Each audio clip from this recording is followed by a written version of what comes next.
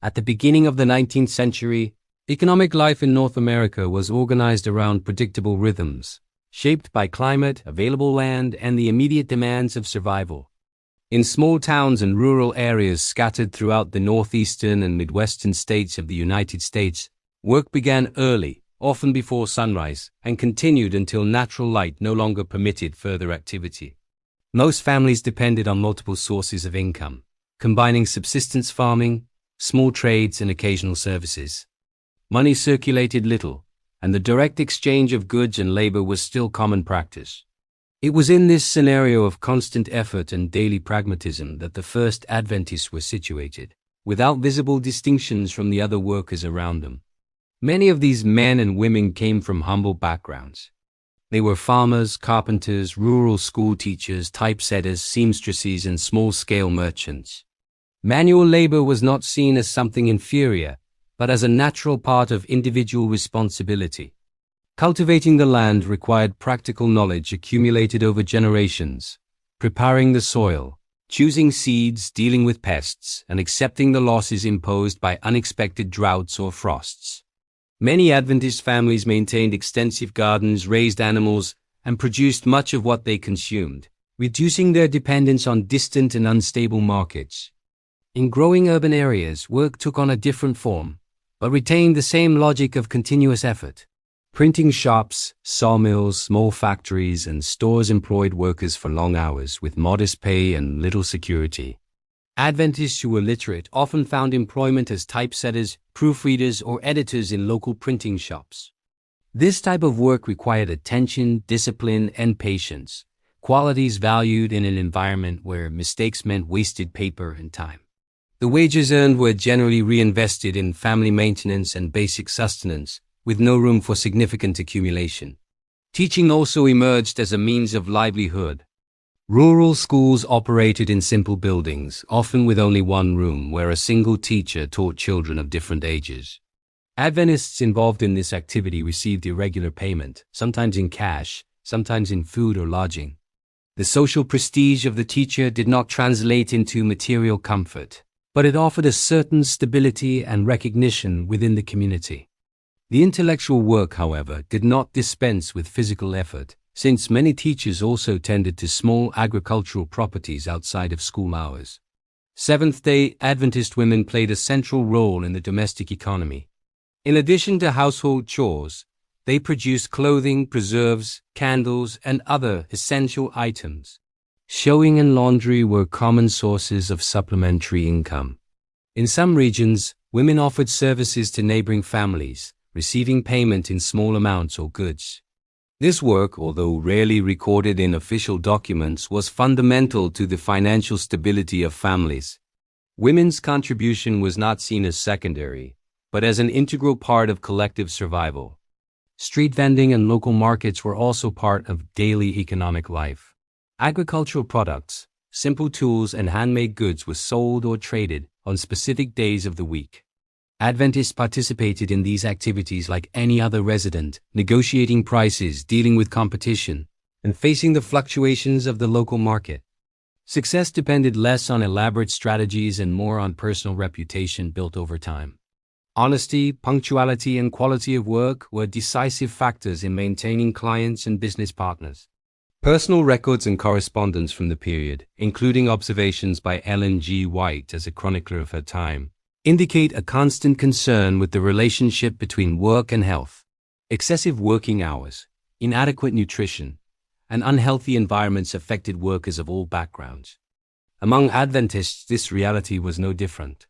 Illnesses and accidents interrupted productive routines and could lead entire families to financial instability. The absence of formal assistance systems made the community network an essential resource, where neighbors and relatives temporarily helped those who could not work.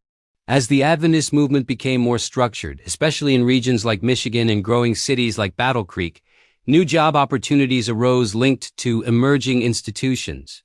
Even so, these activities remained anchored in the logic of daily toil and modest pay.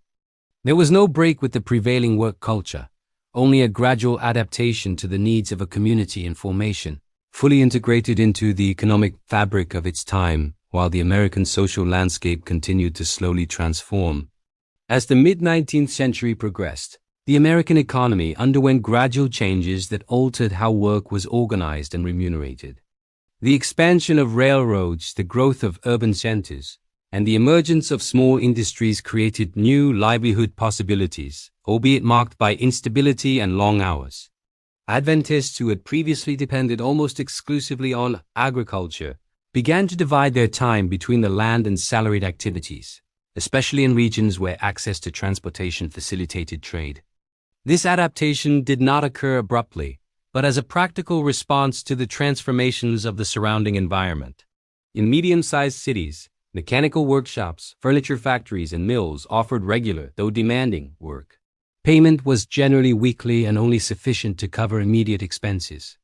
Adventist men employed in these places lived alongside colleagues of different religious and cultural backgrounds, sharing the same physical space, the same risks, and the same concerns about workplace accidents. Machines, without adequate protection and stuffy environments, were part of the routine.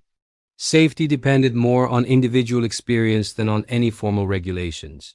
Printing and bookbinding continued to be important areas of work.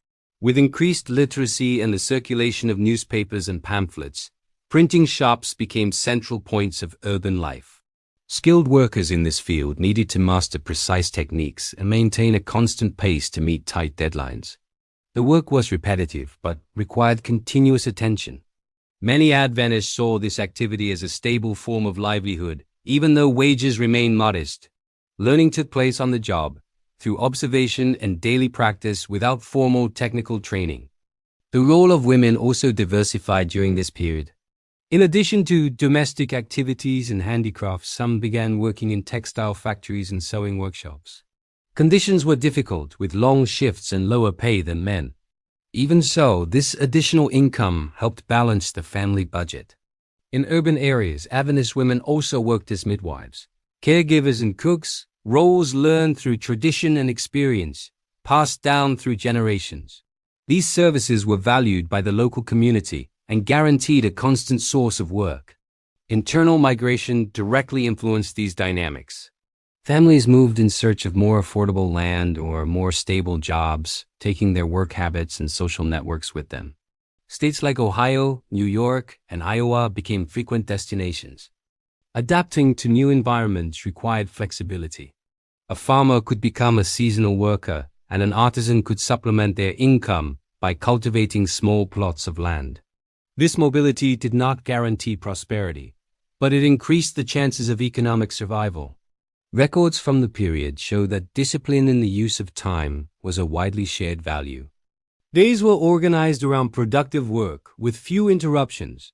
Rest was limited and, when possible, coincided with periods of lower demand. Among Adventists, this organization reflected less a religious distinction and more a practical necessity. Survival depended on the ability to produce consistently and manage scarce resources. Waste was avoided, and tools were kept in use for years, repaired whenever possible. Ellen G. White, in Letters and Personal Accounts, described the physical impact of continuous work on ordinary families of her time. Her observations record fatigue, recurring illnesses, and the difficulty of balancing productivity and well-being. These records did not offer systematic solutions, but they documented a reality shared by a large part of the working population. Adventists within this context faced the same structural limitations, depending on informal support networks in times of crisis. With the growth of institutions linked to the movement, such as publishing houses and educational centers, more organized jobs emerged, although still far from modern standards of stability. These positions attracted workers seeking regularity, but demanded full commitment and modest remuneration. Work was seen as a natural continuation of already known occupations, only in a more collective and coordinated environment. There was no clear separation between professional and personal life, as both were mixed in the same social space. As the century progressed, the daily work of Adventists reflected a delicate balance between tradition and adaptation, maintaining practices inherited from the rural environment while slowly assimilating the demands of a transforming economy, preparing the ground for even more profound changes that were approaching on the historical horizon. In the latter part of the 19th century, daily work in the United States began to reflect a more complex society, still marked by intense physical effort, but increasingly organized around local institutions and collective routines. For Adventist families, this transition did not mean an immediate abandonment of traditional practices, but a prolonged coexistence between old forms of livelihood and new economic demands. Agriculture remained central in many regions, but it was no longer sufficient by itself to guarantee continuous stability. Work began to be distributed among family members, with roles defined more by necessity than by choice. In rural areas, men remained tied to the land, but now depended more on the external market to sell surplus produce and acquire manufactured tools. Cultivation required careful planning, as prices varied according to the national harvest and access to rail transport. Adventists living in these regions needed to keep up with these changes with practical attention, learning to negotiate, calculate costs, and accept periods of loss. Agricultural work retained its physical and repetitive character, with long working days during sowing and harvesting, interspersed with months of maintenance and repairs. In small and medium-sized cities, the growth of health and education institutions created new forms of employment. Sanitation workers, cooks, gardeners, assistants, and maintenance workers found jobs in establishments that operated almost self-sufficiently. These places demanded daily discipline, defined schedules, and a clear division of tasks. For many Adventists, this type of work represented an alternative to the instability of the general urban market, even though wages remained modest and the pace was constant. The routine was predictable but demanding, with little room for extended rest. Women continued to play an essential role in this institutional environment. Besides cooking, cleaning, and sewing, some took on simple administrative tasks, such as record keeping and organizing supplies. This work required attention and regularity, and was learned through practice. Outside of these institutions, Adventist women maintained independent activities, such as hosting travelers, preparing food for sale, and providing informal nursing services. These occupations were integrated into daily domestic life, without a clear separation between paid work and family responsibilities. Child labor, common in American society at the time, was also part of this reality. Children helped in the fields, workshops, and with household chores from a young age. Among Adventists, this was seen as a necessary contribution to the functioning of the family. Schooling occurred when possible, but was frequently interrupted by economic demands. Practical learning, observed in daily life, had immediate value, preparing young people to assume responsibilities even in adolescence. This early participation in work shaped habits of discipline and physical endurance. Community records and personal accounts indicate that health was a constant concern. Injuries, infectious diseases, and exhaustion compromised the ability to work for extended periods. Without insurance or state protection, the temporary loss of income could be devastating. Help came from relatives, neighbors, and co-workers, forming informal support networks. Adventists participated in these networks both as beneficiaries and as contributors, sharing resources and time as they were able. Expansion into Western regions intensified this pattern of adaptation. States like Kansas and Nebraska attracted families seeking cheaper land. Initial work in these areas was arduous, involving the construction of simple dwellings, soil preparation, and coping with harsh weather conditions. Adventists who settled in these regions repeated already known practices, combining agriculture, animal husbandry, and occasional labor. Isolation made collective effort even more necessary. Ellen G. White, in her historical records, frequently mentioned the reality of exhausting work and its physical consequences. Her descriptions are consistent with the daily life observed in other communities of the time, highlighting fatigue, chronic illnesses, and the difficulty of maintaining a balance between work and rest. These accounts serve as documentation of a period in which work was inseparable from survival, and physical endurance was a basic requirement for daily life. By the end of the century, the work of Adventists in the United States presented a true picture of ordinary American society. There were no clear distinctions that separated them economically from their neighbors. They worked with their hands, with their time, and with the resources available, slowly adjusting to the structural changes in the country. This way of life, built on daily effort and constant adaptation, established the social and economic foundations that would sustain the community in the following decades. As the new century quietly approached, at the turn of the 19th to the beginning of the 20th century, the daily work of Adventist families in the United States was already deeply intertwined with a rapidly reorganizing society. Industrialization was advancing, trade was becoming more integrated between distant regions, and the use of money was gradually replacing old practices of direct exchange. Even so, daily life continued to be marked by simple routines, practical decisions, and the constant need to produce enough to support the family unit. Work remained the central axis of existence, occupying most of the available hours. In communities where Adventist institutions were established, such as publishing houses, schools, and health centers, work took on a more systematized form. Fixed schedules, defined roles, and chains of responsibility created an environment different from that of farms or independent workshops. Typesetters, bookbinders, cooks, caretakers, and administrative assistants performed repetitive tasks essential to collective functioning. Remuneration followed modest standards, often below the broader urban market, but offered predictability.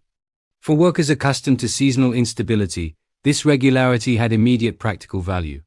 Nevertheless, most Adventists remained employed in occupations common to the general population. Farmers dealt with price fluctuations and increasing debt caused by the need to acquire machinery and industrial supplies. Urban workers faced intense competition and few guarantees in case of illness or dismissal. Local merchants depended on trust built over years, maintaining small businesses vulnerable to regional economic crises. In all these contexts, work demanded constant attention and adaptability. Domestic economy remained a central element. Homes functioned as productive units where nothing was wasted. Food was preserved for long periods, clothes were repeatedly mended, and tools were passed down from generation to generation. Women managed this balance with precision, controlling expenses, planning inventories, and organizing domestic production. This invisible work sustained the possibility of male participation in paid external activities. Without this foundation, the income obtained outside the home would be insufficient. The advancement of labor laws and compulsory schooling began to slowly alter children's participation in the workforce, but the change was uneven. In rural areas and smaller communities, children still contributed significantly to daily tasks. The difference lay in the gradual increase in time dedicated to school, which modified the family rhythm. Even so, practical learning continued to be transmitted at home, ensuring that young people mastered essential skills before adulthood. Periodic economic crises directly affected these families. Declines in agricultural production, local bankruptcies, and collective illnesses disrupted already limited income streams. The absence of formal social protection systems maintained dependence on informal networks. Adventists participated in these networks as part of the wider community, offering help when possible and receiving support in times of difficulty. This exchange was not organized by central institutions, but built in daily life based on personal relationships and geographical proximity. Preserved accounts in letters, diaries, and administrative records show that fatigue was a constant presence. Long working hours, simple food, and limited sanitary conditions affected the body over time. Ellen G. White, acting as an observer of her time, repeatedly described the physical impact of overwork on ordinary men and women. Her records serve as historical documentation of a period in which individual endurance was frequently pushed to its limits. These were not exceptions, but a condition shared by a large part of the American working population.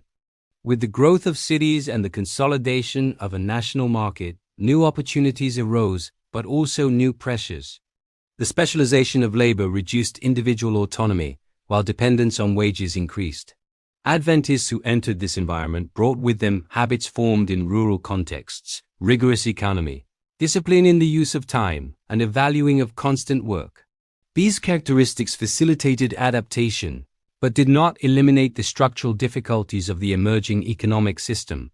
Looking at all these experiences, it becomes clear that Adventists did not form an economically distinct group. They lived under the same conditions, faced the same risks, and shared the same limitations as their contemporaries. Their way of working and earning a living reflected the common American pattern, shaped by continuous effort, scarce resources, and progressive adaptation to profound changes. This portrait of daily economic life reveals a community fully embedded in its time, navigating the transition to modernity while maintaining practices inherited from previous decades, paving the way for the social and economic challenges that would define the new century. Throughout the 19th and early 20th centuries, the way Adventists worked and earned their living did not differ from the pattern experienced by millions of ordinary Americans. Economic life was built on daily effort, constant adaptation, and a combination of activities that allowed survival in an unstable environment. Farmers, laborers, artisans, teachers, and workers in small institutions shared the same material limitations, the same health risks, and the same dependence on local support networks. Work was not an abstract ideal, but a concrete necessity, shaped by available time, physical strength, and scarce resources. Fully integrated into the social context of their time, Adventists underwent profound transformations without breaking with the basic logic of daily survival, leaving a historical record that reveals more similarities than differences with the American society that surrounded them.